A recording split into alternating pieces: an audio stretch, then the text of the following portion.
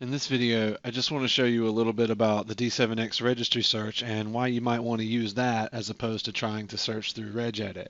To get started, you can click the search menu at the top of d7x and then click Registry Search as Trusted Installer.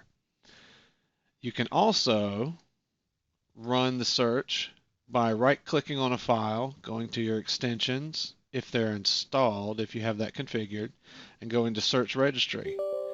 And when you do it through the extensions, it will automatically pre-populate the search string with the name of the file that you right-clicked on. Now, you may want to select different options depending on how you want to search the registry. If you just want to search right now, click Start Search.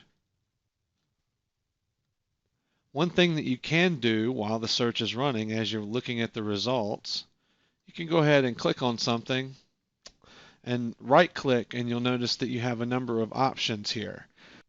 First, we can open the path in Regedit, which is the same thing as if you were to double click. And you can see here that open the path in Regedit. Close that. We also have, you can copy the registry key, value name, value data to the clipboard. You can use web search with d7x's pre-configured search rules to search the web for the key and value name or the value name and value data. In this case, I could search for key and value name. And you'll see up here, we've got our registry key and our value name.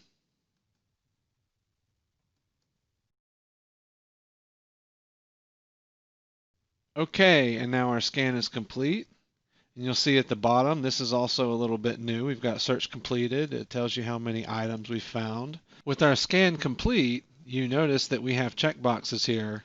You may want to select all. And now you can right click.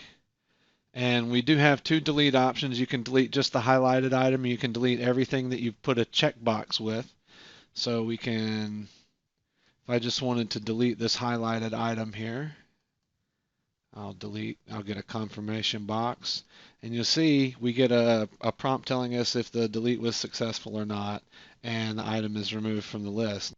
Of course, now you can see if you were searching for some malware or something that you found in the file system and you wanted to search for all of the entries of that malware in the registry, you can see where it really benefits you for using the d7x Registry Search, because you can just click Select All and then delete all checked items.